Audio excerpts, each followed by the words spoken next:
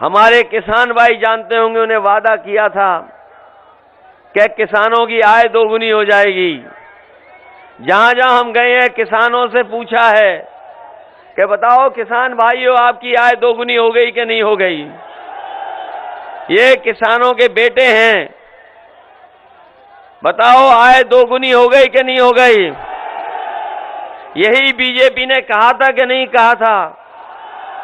और अभी जब खाद लेने गए होगे आप लोग, तो बताओ खाद मिल पाई आपको कि नहीं मिल पाई? न खाद मिली, न कीटनाशक दवाई मिली, न डीएपी मिली। और अगर फसल आपने तैयार कर ली होगी तो उसकी कोई कीमत भी नहीं सरकार दे पाई। और ऊपर से कैसे कानून लागू हो रहे थे, और कैसे कानून लागू हुए थे? 3 काले कानून लाए गए थे। 3 काले कानून लाए गए थे। किसानों ने विरोध किया, आंदोलन किया।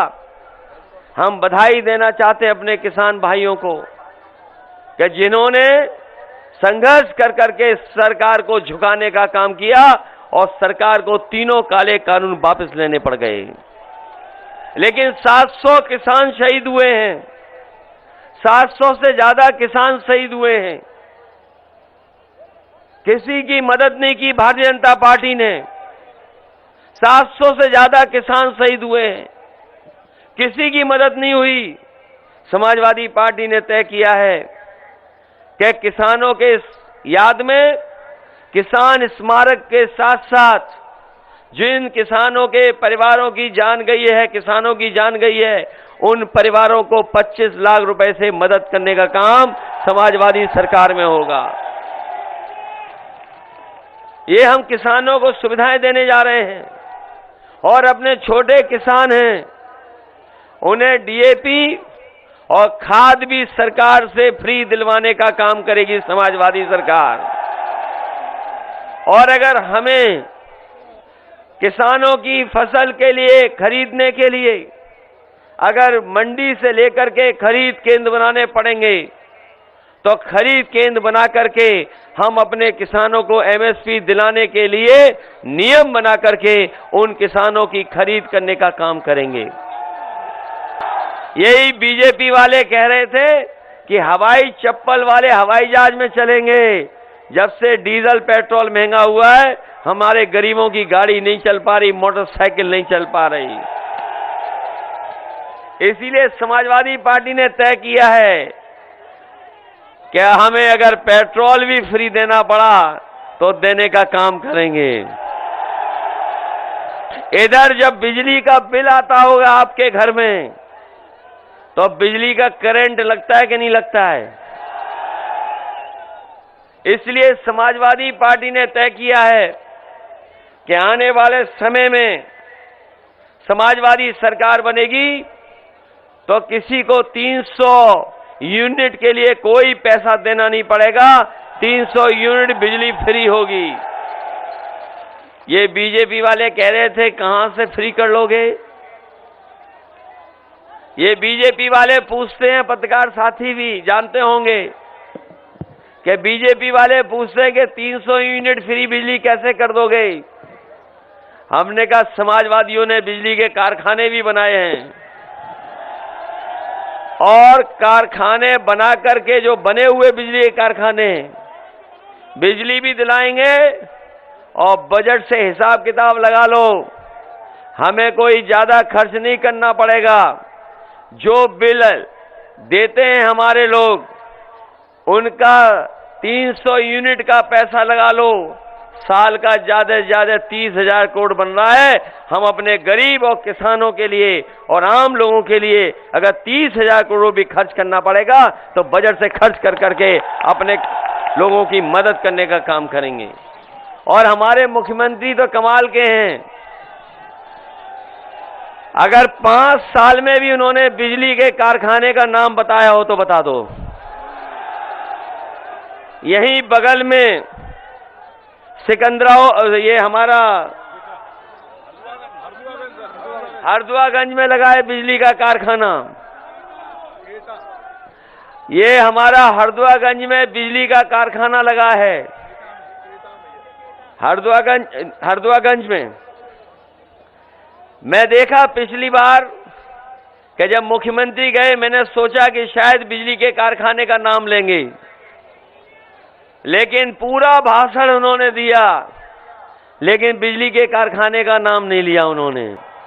और अब कह रहे हैं कि गर्मी निकाल देंगे, गर्मी निकाल देंगे। कभी आप फ्रिज ठीक कराने गए अपने कि नहीं गए? अगर फ्रिज ठीक कराना होता है तो कहते हैं कि कंप्रेसर खराब हो गया है, इसलिए ठंडा नहीं कर रहा है। तो बताओ, हमारे मुख्यमंत्री क्या कंप्रेसर है जो गर्मी निकाल देंगे? लेकिन हम अपने नौजवानों को कह करके जा रहे हैं, अगर ये गर्मी निकालने की बात कर रहे हैं तो समाजवादी सरकार बनेगी तो फौज से लेकर के पुलिस में नौकरी निकाल करके आपको रोजगार और आपके भविष्य को बनाने का काम करेंगे। समाजवादी पार्टी ने तय किया है कि जितने भी खाली पद हैं, जितने भी खाली वैकेंसी हैं, उनको भरने का काम समाजवादी सरकार में होगा, जिससे नौजवानों को नौकरी और रोजगार मिल जाए। हमने देखा लखनऊ में ये बीएड वाले लोग न जाने कितना आंदोलन किए हैं, ये पिछले कितने वर्षों से भटक रहे हैं। ये भटक रहे, बीटीसी वाले भटक रहे, ये शिक्षा मित्रों को न जाने कितना अपमानित होना पड़ा, 69,000 वालों को न जाने कितनी बार लाठी खानी पड़ी।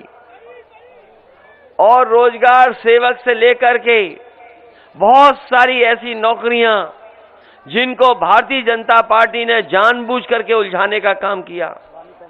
और उलझाने का इसलिए काम किया कि हमारे नौजवानों को नौकरी न मिल जाए। इसीलिए आपने देखा होगा समय समय पर इन्हें परीक्षा रद्द करनी पड़ी। न केवल परीक्षा रद्द हुई है, बल्कि ये सरकार ऐसी है कि कई बार इनका क्वेश्चन पेपर भी लीक हो गया, जिसकी वजह से परीक्षाएं नहीं हो पाई।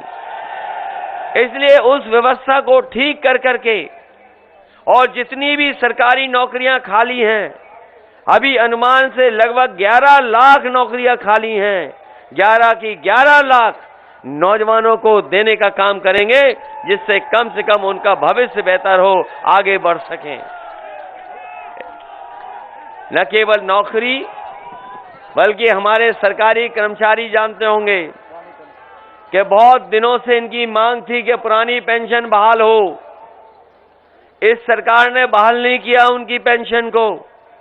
समाजवादी पार्टी ने तय कर लिया है कि सरकार बनेगी तो पुरानी पेंशन को बहाल कर करके अपने कर्मचारियों को सुविधा देने का काम करेंगे। हाथरस और आसपास में जितने भी छोटे मोटे कारोबार हैं, चाहे दाल के प्लांट हों, चाहे गारमेंट्स के हों, और हींग तो ऐसी फेमस है कि अभी हमारे बंबई के मित्र ने बताया कि हींग वो हाथरस की और कासगंज की ले रहे पिछले जाने कितने वर्षों से।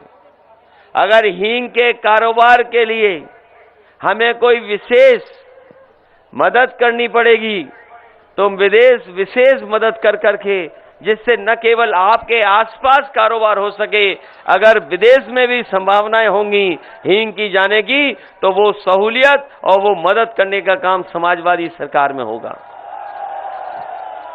आज अगर जनता को भरोसा है किसी पर, तो साइकिल चुनाव चिन्ह पर भरोसा है। बताओ, भरोसा है कि नहीं है? ये बहुत दिनों से यहां पर सीट नहीं निकली है, बहुत दिनों से यहां पर सीट नहीं निकली है। ये सिकंदराबाद वाले बताओ और हाथरस वाले, क्या बात है जो हम क्या करें जो आज सीट निकल जाए? अरे इस मैदान में कितनी बार अपील करवाओगे मुझसे? नौजवान साथियों, हम आपसे कहना चाहते हैं, आपका भविष्य खराब कर रही है भारतीय जनता पार्टी। बताओ, भविष्य खराब हो रहा है कि नहीं हो रहा है? इनकी हर बात झूठी निकली कि नहीं निकली? इनका हर वादा जुमला निकला कि नहीं निकला? ये तो कह रहे थे बुलेट ट्रेन लाएंगे। वो बुलेट ट्रेन कहां है? कहां है बुलेट ट्रेन? कहीं दुनिया में ऐसा नहीं हुआ होगा जहां पर किसानों को जीत से कुचल दिया गया हो। यही भारतीय जनता पार्टी की सरकार में किसानों को कुचला गया। और फेक इनकाउंटर भी कहीं इतने नहीं हुए होंगे जितने भारतीय जनता पार्टी की सरकार में हुए हैं। इसलिए जहां भारतीय जनता पार्टी के लोग झांसा दे रहे हैं, झगड़ा लगाने की बात कर रहे हैं, झूठ बोल रहे हैं, वहीं समाजवादी लोग उत्तर प्रदेश को खुशहाली और तरक्की के रास्ते पे ले जाना चाहते हैं। इसलिए हम आपसे विशेष निवेदन करने आए हैं। हमारे समाजवादी पार्टी के दोनों प्रत्याशी यहां खड़े हैं। ये नौजवान प्रत्याशी हैं, पढ़े लिखे हैं। ये तो पढ़े लिखे हैं।